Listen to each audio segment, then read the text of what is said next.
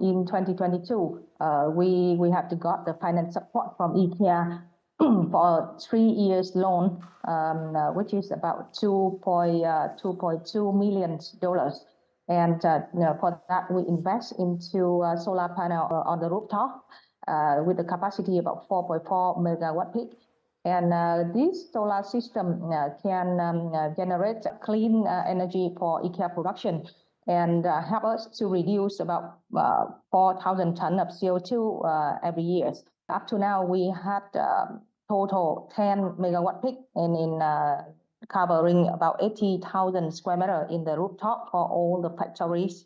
The benefit for this investment is not only reduce the carbon dioxide, but also give us the source of the clean and free energy in the future. This is help us to consolidate our competitiveness in the market in a sustainable way.